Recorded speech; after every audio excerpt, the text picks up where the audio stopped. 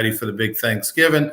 I'm over in Dallas, Texas, visiting with the family, and each and every week, Sports Shorts presented by L'Auberge Casino, where the sports book is open now 24/7 with the kiosk. They have actually manned stations 7 days a week as well. Get on by there to the sports book. A lot of great bets and things to hit on this week with Rivalry Week happening on today's Sports Shorts. We're going to get into talking about the LSU Tigers and the New Orleans Saints. Both find themselves 6-point favorites. The Tigers find themselves 6.5-point dogs, both of them underdogs this week.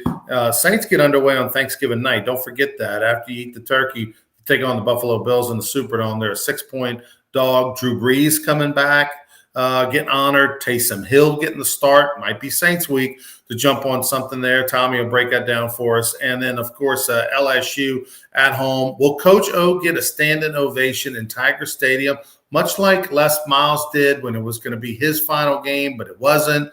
We'll break that down and give you TK and I's thoughts on that. And LSU men's basketball team does something they have not done since World War II.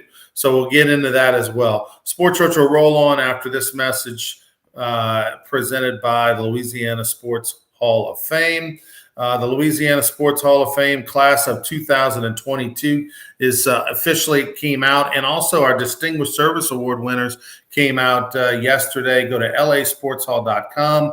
We'll have another big announcement today. We're telling you about our Dave Dixon Award winner, Teddy Allen of Louisiana Tech and Ruston and all, a great sports writer up there. He'll be receiving the Distinguished Service Award in sports journalism. He's also the MC of the Louisiana Sports Hall of Fame. You can learn more about the Hall of Fame class. Go to lasportshall.com. A lot of great events coming up in 2022. And a reminder, don't forget about the sports book at L'Auberge Casino. It's open now, waiting for your picks. TK, I guess the big topic of the week, LSU football, they got so much on the line, right? It's the final game of the year. There's a lot of storylines with Jimbo Fisher, but most importantly for these players, it's all about, making it to a bowl game. And I've had some people suggest that maybe they don't want to go to a bowl game. Maybe they just want to end this miserable season. I don't believe that for a second. No, I think the players want to play in a bowl game, and we know it's important to practice and then the bowl game experience. If you run into former LSU football players, I don't care if they played 5 years ago, 15 years ago. Yeah, we went to 2 bowls. We went to 1 bowl. We went to 4 bowls in a row back in the 80s, whatever. That's a thing, and it's something you hang your hat on. So I think the players clearly want to play in a bowl game. Now, who's going to coach them, I don't know. I don't know if that was exactly explained when the separation agreement happened. I would think if they asked Coach O to do it, that he would. But, we'll have to wait and see on that.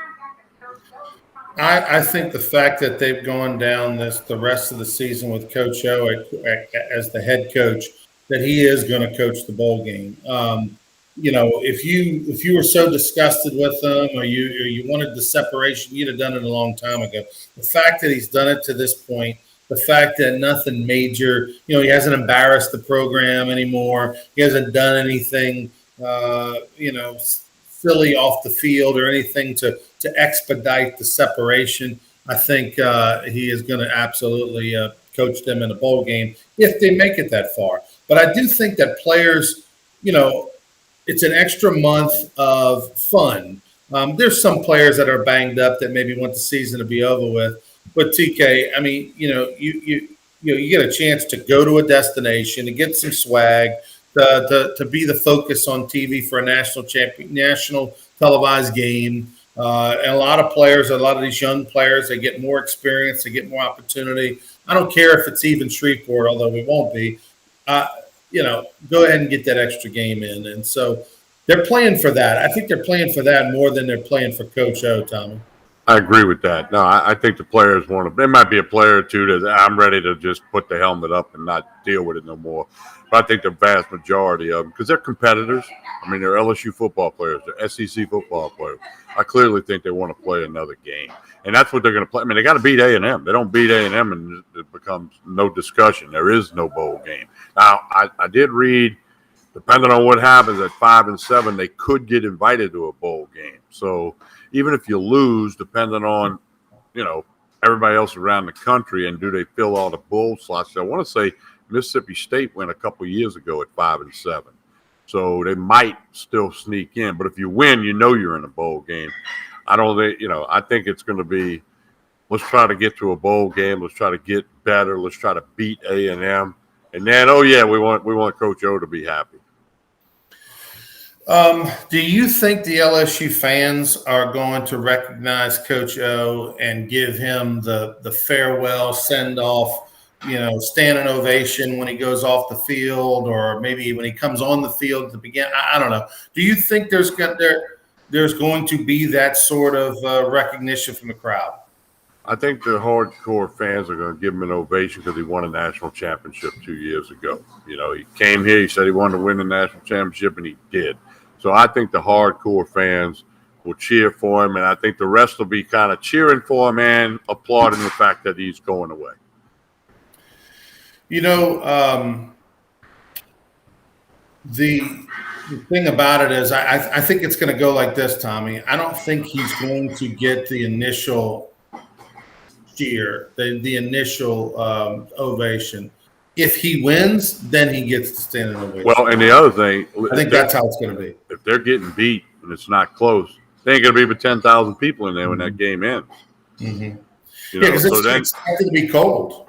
Yeah, but let's just say they lose in 35-20 or 27-10. There's not going to be a lot of people in that stadium when the clock says 0. I mean, that's just going to be the facts, Somebody said the other night on Hold the Rope Radio, said Coach O has solved the traffic issues at LSU because there's no problem leaving now. Yeah, that's true. That's true. The only game where there was any sort of issue was the Florida game, and that one was during the day. So there were a lot of people after the Florida game that hung around and tailgated, and the weather was perfect. And so there was no rush, no sense of urgency for that one. Coach O, will technically qualify, Tommy, for the Louisiana Sports Hall of Fame ballot because he coached for 5 years or more. We coached right at 5 years in the state of Louisiana. He won a national championship. He's from here. He won a state championship as a high school football player. He played at Northwestern State. You know what I mean? He coached at LSU prior. Do you think Coach O, if you were a voter, would get into Louisiana Sports Hall of Fame? Wow. I think you got to put him in because of the national championship because there's only one of them a year, So I think you got to put him in because of that. And then you add in all the other stuff. I mean, a state champion in high school, that's important. And we're about to have a bunch of state champions crowned in the coming weeks. Played at Northwestern State on a decent team or two that they had. So, yeah, to answer your question, I would vote him in. If he'd have lost the national championship game, I'd say no. So that's what pushes him in my opinion. Yeah, I mean, what would you do? What would you do? I agree with you. I think anytime you're a football coach in the state of Louisiana and you win the national championship, but not only did he win the national championship, Tommy, he won it with arguably the greatest team that college football's ever had. Then that's, if at best at worst they're top 3 in an argument. And so, yeah, it's kind of like the Heisman Trophy. It doesn't matter what you do in the pros. It doesn't matter what you do out with anything else the rest of your life. You win the Heisman Trophy, you get into the Louisiana Sports Hall of Fame. And for me, I think it's the same way with like winning a gold medal in the Olympics. Let's say you're a track star, and you win a gold medal. Y'all got the boxer guy, y'all got a gymnast, and if you achieve Hall of Fame status, I think you got to be put in, and I think Coach O falls in that category. Mondo Duplantis, right? Mondo Duplantis won a gold medal from Louisiana. Forget everything else he's ever done. I mean, the guy's already had a Hall of Fame career, even if he never won a gold medal. But he won a gold medal. It doesn't matter if he breaks his back and never pole vaults again. He's a Hall of Famer in the state of Louisiana. Whenever you're the best at what you do in whatever sport, for the greatest to do it possibly ever, or the greatest to do it for a stretch of time, then to me that's what constitutes being a Hall of Famer. So he will not. He'll be able to be on the ballot technically right away, Tommy, because he's 60 years old. So when you're a coach, the way the Hall of Louisiana Sports Hall of Fame works, when you're a coach, 60 and over is when you can go on the ballot. Right. Prior to that, they don't want to do it because maybe you retire at 50 and you might coach again, so they want to wait. So he technically can go on the ballot right away. I would imagine there'll be a little bit of a waiting period. Let it breathe a little bit, that since he was fired from LSU, let a couple years get down the line before he gets on the ballot. But I think at some point, yeah. It's kind of one other thing about Coach O. I was talking with some guys about this last night, and as you know, I read tons of stuff every day. Well, all the other coach jobs, from USC to Florida to Texas Tech, I mean, they hired somebody, but Orgeron's name is not on any list as a possible candidate. None. I haven't seen it on, and again, I read more than most people. I haven't seen it anywhere as a possible candidate. And that's two coaches in a row, by the way, that you get rid of and nobody else wants. Right. And Les Miles being the other. Yeah, Tommy, look, we can redo history. The bottom line is you're right. 2019 makes everything go away, regardless of what happened before, regardless of what happened after, and to a certain extent, regardless of what happened off the field. The fact that Ed Orgeron was the captain of the ship when he assembled the greatest team ever, he gets credit for that, just like he gets the negative when they don't win. But the reality is that nobody was going to hire Coach Orgeron at a Power 5 school as a head football coach prior to LSU, and it looks like nobody's going to hire him after. And that's kind of all you need to know, and that's partly why they're making the coaching change. Some people are better off being assistant coaches than they are being head coaches. Nothing wrong with that. You can make a fantastic living being an assistant coach in college football or pro football these days. But there's only so many head coaching jobs, and there's only so many of them that are really special at it. And I think he just finally got exposed. Devin Steve, thanks for being a loyal watcher and listener. Devin with a little comment here. Napier or Aranda, it's not that difficult. By the way, Tommy, Glenn Gilbo came out with an article, and of course, Glenn does a great job and is tapped into what's going on in college football. He had those two guys in his top three, and he had Aranda as the leader in the clubhouse for the job. Yeah, I saw that, and Glenn does a great job and has for a long time. I'm happy to have Glenn as a friend of mine. I don't know. I'll say it. You never know if somehow they put it in his ear so he could get it out there. They have ways that things happen like that. I mean, and I don't know. I mean, I think only Scott Woodward and Stephanie Rempe know what's going on, and maybe President Tate. But other than that, I mean, it's been very, very close to the vest, just like the baseball thing was, So, and this is bigger, no question about that. But people just got to wait and see. This weekend could answer some questions too, because if there's a coach that Scott Woodward wants, if he wants Lincoln Riley and they don't make the Big 12 championship game, then you can make the announcement. If that's where it's going. I'm not implying that's where he's going. I'm just saying, or if Dave Aranda doesn't make the Big 12 championship game, then you could maybe have an announcement. I don't know. Or maybe, there's some other names that, have kind of went away, like Luke Fickell and Bill O'Brien. And, I don't know. You just don't know where Scott Woodward's going to go. We'll find out soon enough. Well, Matt Campbell is the third name that. Yeah, well, no, that's. But Matt Campbell was a guy that was a super. He's only 41 years old. He's from Ohio. He's the head coach at Iowa State. He was a super hot name going into the season. Turned down jobs last year to stay at Iowa State. Has not been the kind of season Iowa State thought it would be. He was expected to compete for the conference championship. They're not doing that. Barely bowl eligible. He's compiled a 35-15 record in 4+ years. At Toledo prior to going to Iowa State. So he's had a good track record.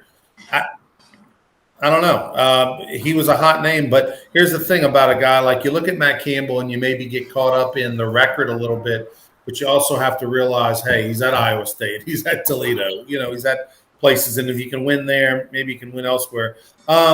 Chance Babin says somebody will hire Coach O for his recruiting skills. No, I have no doubt about it that they'll hire him as an assistant or an associate head coach if he chooses to coach again. Well, let me just tell you this.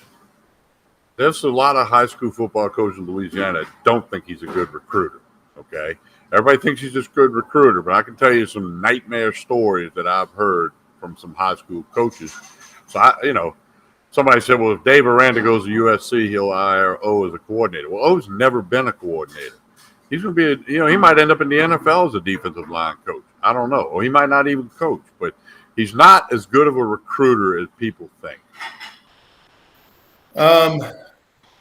Stephanie, we know who she's pulling for. She says, put your Oklahoma State Cowboy hat on for this weekend so we can get Riley down here sooner than later. Pun intended. Very cute, Stephen Frey. So, Stephen, the Lincoln Riley stuff. Why not Mike Gundy? Why not hire Mike Gundy? Just a man. I can't deal with the mullet, Coach. Stephen, I'll say this. The Lincoln Riley stuff has cooled down. It all goes in cycles. It's cooled down this week, but the fact that you're starting to see some lists come out and him not be on it sounds like that maybe back channel wise he's told LSU he's going to stay put. I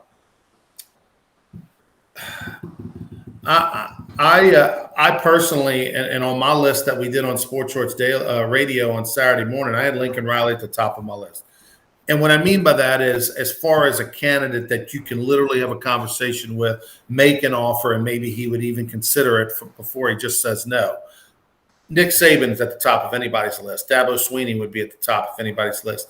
But Lincoln Riley's at the top of a list that makes sense to even consider the move. It doesn't really make sense for those other guys, quite honestly, as much as we want it to be. If Lincoln Riley stays, Jimbo looks like he's staying based on his press conference he had a week ago. It looks like Michigan State's holding an offer. So now, again, we're getting down the list. Well, the biggest part of the whole story is Florida's now looking for a coach. And that's going to cost LSU a lot of money. Can you imagine? USC, LSU, and Florida all have openings. I mean, those are top 3 jobs. Those are top 10 jobs. All 3 of them are top 10 jobs. And you'd argue that 2 of them, Florida and LSU, could be top 5 jobs. Right. In the country. And so, LSU, if they I don't think they were dragging their feet. Matter of fact, I know they weren't. But it's going to make them expedite things in a quick sense. USC was the first one out the gate. LSU came second. And now Florida this week is a game changer because all the same names that you're seeing for the LSU job are the same names you're seeing for the Florida job, with the exception of Bob Stoops' name popped up for the Florida job. So who knows? Well, he was a long time ago. He was an assistant there. They always want this. You got to have this connection. That's not. Look, Dale Brown had nothing to do with the state of Louisiana. He came in. He had a damn good run. Nick Saban. Nothing here. Before coming to Baton, he never visited Baton Rouge until he came here as the coach. You don't have to have a tie. That's just warm and fuzzy stuff. That's kind of like people saying, the Saints should draft an LSU player. The Saints don't care where a guy played college football or where they care, but it's way down the list, okay? They want somebody who can help them win a game. So you can't go by this, we got to have a little guy that would have tied to LSU or even to the South. That's not a mandate.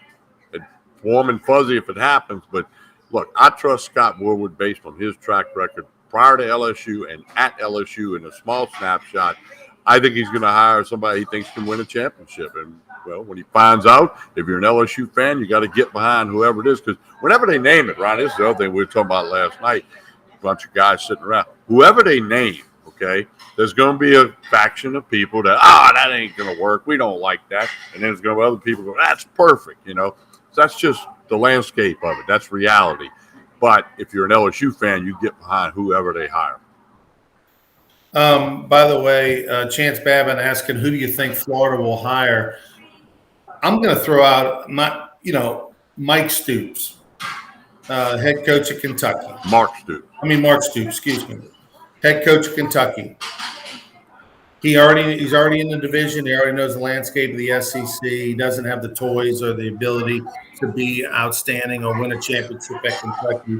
Go with Mark Stoops at Kentucky. That would be my pick, Tommy. He would be the Well, safe pick, and I think he would do a great job there. I would. I wish Steve Spurrier was about 10 years younger. Yeah. Well, you do have Steve Spurrier 10 years younger. Lane Kiffin. I don't know why. I mean, he must have some demons in his He's the top of my. For those that didn't listen to Sports Shorts Radio last Saturday, shame on you. But that who was at the top of my list. I don't think Kiffin's going to be at Ole Miss next year, especially now that the Florida job opened. Florida job opening, Miami job opening. Could be not yet. Well, not yet, but I mean, it's they fired the AD though, so I would think they'd leave Diaz for one more year, let the new AD come in, evaluate Diaz, and then pick a guy next year if they don't want Diaz. It'd be tough to hire a coach without an AD.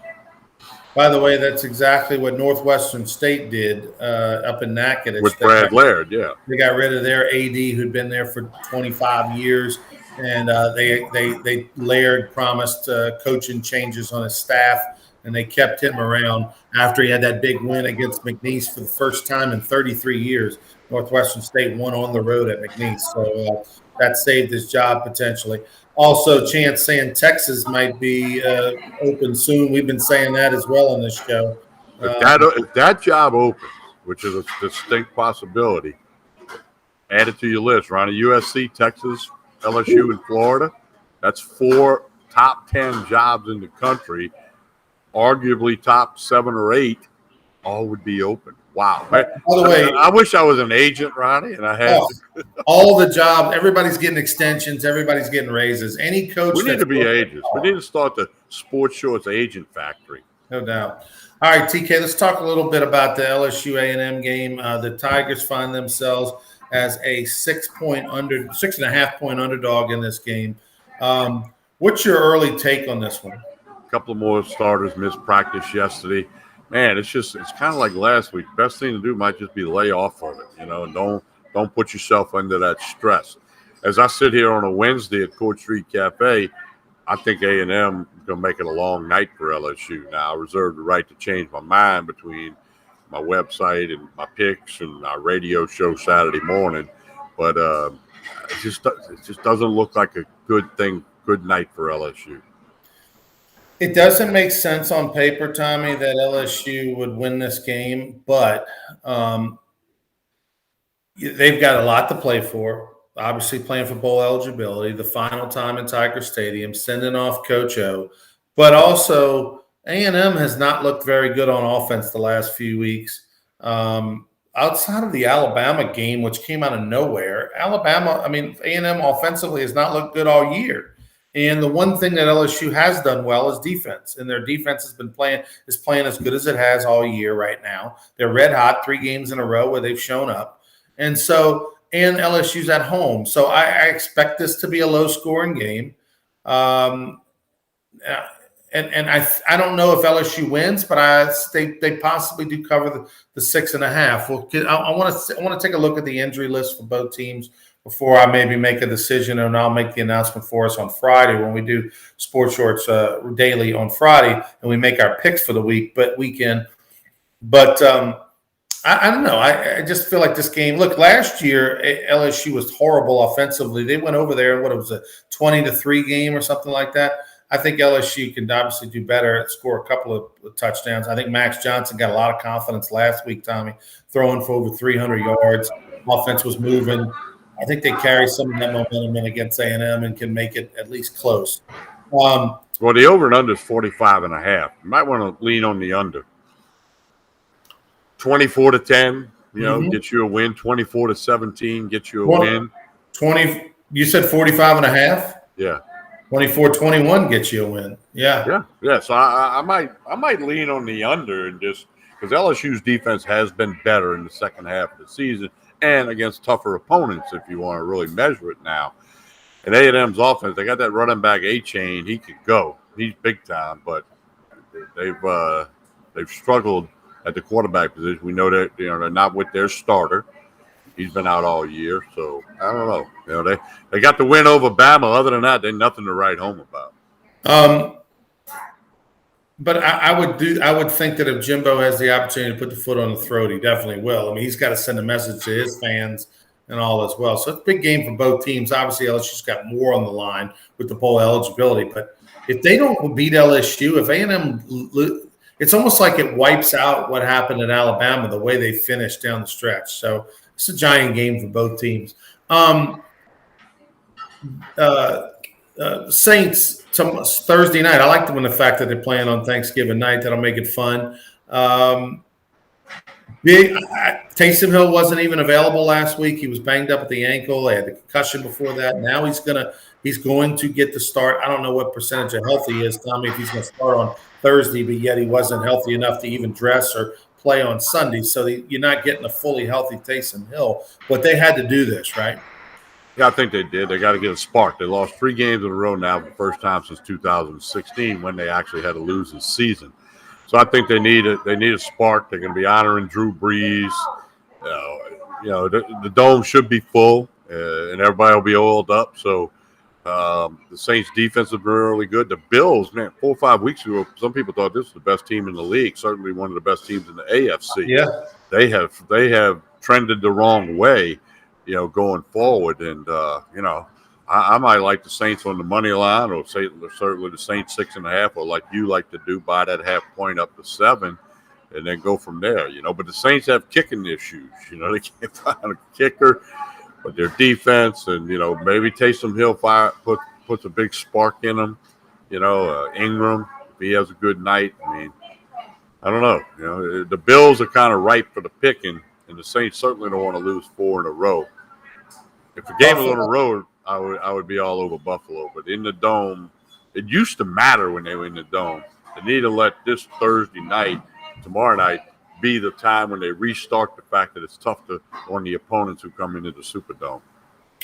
Buffalo is 7th in the West. 7th in the AFC. Remember, 8 teams make the playoffs. They're 6-4. The number 9 right now and number 10 are both Indiana and Cleveland. They are both 6-5. So if the Saints beat Buffalo, they'd be 6-5, and we'd have to see if that might even knock them out of the. Well, actually, no, they'd still be in because their division, they're 3-0 in the division, 5-4 in the conference. That's better than the other guys, but yeah, it's weird. The NFL this year, and I'm going to mute you for a second because there's always a loud behind you. What's weird, Tommy, is the NFL. This is probably the most unpredictable, in my opinion, the NFL has been ever. When you look at Tennessee was number 1, and with a bullet, and then they bobbled and they come back. The Bengals, they were number 1 in the AFC at 1 week. Then they fell out of the top 8. Now they're back in at 5. Buffalo was number 1 in the AFC. Then they've fallen down.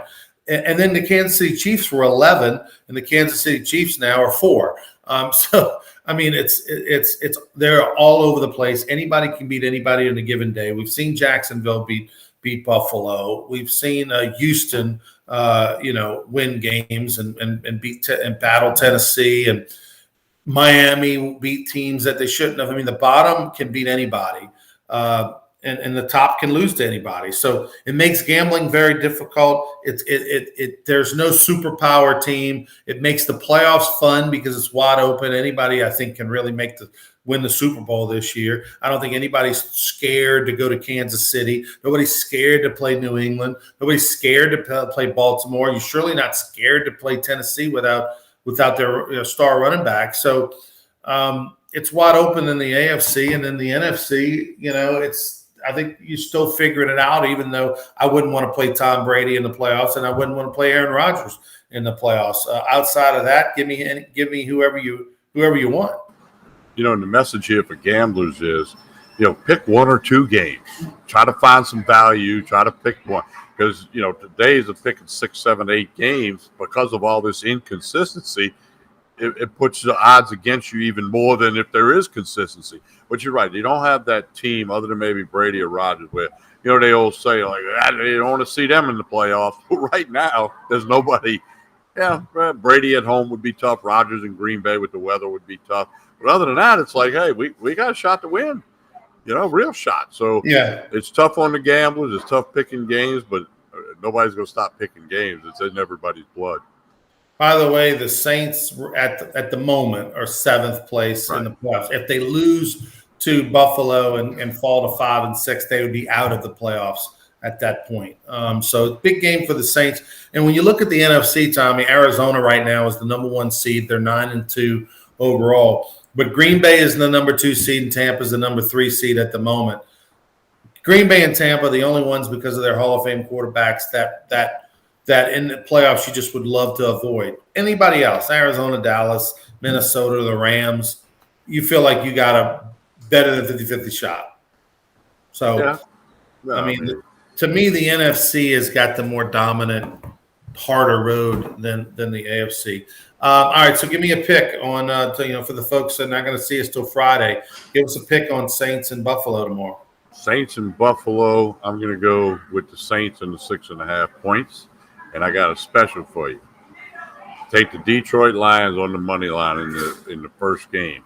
Because they've been close to getting that win. They're playing the Bears, who are awful. Rumored that the Bears coach will get fired Friday if they don't win. The Bears are just not a good football team. The Lions aren't a good football team either, but they're 3.5-point dogs. So I looked this morning, you can get plus $1.40 on the Lions money line. Make a small wager there and manage some money there. So there's a Sports Shorts Daily Wednesday tip. Saints plus the points and the Lions on the money line in the 11 o'clock game, whatever the first game is. Yeah, they 11. And it's in Detroit. So that's a tradition thing up there. I'm feeling it, right? I'm feeling the Lions with a win. I had them last week plus 11.5 on meatandpotatoesusa.com. That was my NFL pick, and of course they covered. They didn't win, but they covered. And I'm ready for the Lions to win tomorrow. That's the TK special. Yeah, the Cleveland Browns beat the Lions 13-10 over the weekend. That was when they were 11.5-point dog. And in the week before that, they tied the Steelers. That game obviously went overtime, and they tied Pittsburgh. So, yeah, they're a 7.5-point dog. They are a 3-point dog to the Bears. But Tommy's telling you, take the money line down. They're my second favorite uniform in the NFL. I love that Honolulu blue and silver. I mean, I just think it's sharp looking. I mean, when I was a kid, I liked the Detroit Lions unis, and it's never went away. They're my second favorite. The Bears, by the way, have lost 5 in a row. So TK figuring that trend is going to continue. All right, not a bad pick. And yeah, I do like your Saints pick a lot. I like the Saints pick. I think the Drew Brees factor. I think the Thanksgiving factor. I think the Taysom Hill factor. He's a spark. He's a winner. It's going to be a different style. He won't turn the ball over, hopefully. And the Saints defense can bounce back. I think last week was a ridiculous deal. The offense put them in bad situations. You're not going to go against that kind of situation this week. So I like the Saints plus 6.5. Tommy really likes the Saints to win the game outright. By the way, LSU basketball, TK, tell us about a record-setting thing that LSU basketball has got going on. For the first time since the 1946 and 47 seasons, I wasn't even born then. 1946 is the last time an LSU basketball team held the first 5 opponents under 60 points. Belmont came in here Monday night averaging 80-something points a game and only got 53. So the Tiger basketball, Will Wade's got him playing defense. And, he just continues to win, and I know that cloud's hanging over him, but let's just talk about if they play defense like this, they got a real shot to win the SEC. By the way, people asking about Alvin Kamara, if he will play against Buffalo. He did not practice on Tuesday. Game time decisions was the last thing I read. Mm-hmm. Yeah. Let's see. We've got a question here from Chance. We were talking NFL a minute ago. If Patriots make the playoffs, is this one of Belichick's best years of coaching? 100%. Yeah. 100%. Belichick, arguably the greatest coach in the history of the NFL. And there's a lot of great ones that have had a run. Nobody's quite had a run like him, though. So, so he's just adding to the legacy with the success this season. If they make the playoffs, it's unbelievable. But the flip side would be the AFC across the board is not as strong as it has been in other years. By the way, it was impressive last year that the Patriots were even competitive with all the players that elected to sit out and stuff like that with COVID and whatnot. You notice they got better when they got rid of Cam Newton? I'm just saying. And oh, by the way, not many people win with a rookie quarterback in the NFL. Usually, if you decide to go with a true rookie quarterback, you're taking your lumps and you're playing for the future. Trevor Lawrence, there's talk now that he can't play in the league. So Mac Jones. Yeah. He got the endorsement from Tyrann Mathieu. All right, tell us about the Court Street Cafe. Well, Court Street Cafe here in Port Allen, a couple of things. They'll be closed for Thanksgiving. They wish everybody a happy Thanksgiving. Back open with regular hours Friday. And Saturday is Small Business Saturday. So if you're coming over to West Baton Rouge or you're here in West Baton Rouge, Port Allen, they're participating. Be sure to stop at the Court Street Cafe on Small Business Saturday. That's this Saturday, the 27th. Come in here, get a bite to eat, get something to drink, say hello, whatever you want to do. Court Street Cafe, proud to be a part of Small Business Saturday. Of course, you got breakfast, lunch, dinner, 7 days a week. Obviously closed tomorrow for Thanksgiving. Jason and the staff do a great job. Connect on Facebook and Instagram. They post a lot of stuff there about lunch specials, dinner specials. They got it going on here. And if you're participating in Small Business Saturday, make sure when you're in Port Allen, you come in and say hello to the folks here at Court Street Cafe, 805 Court Street in Port Allen. He's Tommy. I'm Ronnie. Happy Thanksgiving, everybody. Yes. A little note for you. LSU Athletic Department today, well, actually yesterday, had its Thanksgiving dinner for its athletes and student athletes, not just the football team, but obviously primarily the football team. They cooked up over 300 pounds of turkeys, over 300 pounds of ham. I don't know how many pounds of prime rib they cooked up. I was in there Monday, did a story, and you can watch it on the LSU pregame show on LSU Live on the pregame on Your View this Saturday morning at 10 or 11 a.m. I can't remember which. And it's amazing. They had over 25 people cooking food, getting ready for the big feast yesterday for LSU Athletics. Couple other things, Ronnie. We're going to do. I don't know where I'll be Friday. Tremonti's will be closed, but we'll have Sports Shorts daily Friday morning. But Friday night, I'm going to see Arch Manning play over at Lafayette Christian. I'll be on the TV crew. I'll be running the bug box and the TV truck. So Saturday morning at LeBear's on Sports Shorts Radio, I'll have an eyeball opinion for you on Arch Manning, and Lafayette Christian's got a lot of top players as well. State playoff game, so I'll be able to give that to everybody on Saturday morning. Also, with Thanksgiving, we got a lot of specials at meatandpotatoesusa.com. Check with us before you bet. And then, of course, Talking Sports with TK, the podcast, will have a lot of picks as well. But I'm looking forward to seeing Arch Manning in person on Friday night. Yeah, that'll be good. We'll talk all about it this Saturday from 10 to noon. We'll be at LeBear's across from the entrance to the sports book at Stadium Sports Bar and Grill. For Tommy, I'm Ronnie. Have a happy Thanksgiving, everyone. Enjoy it with your family.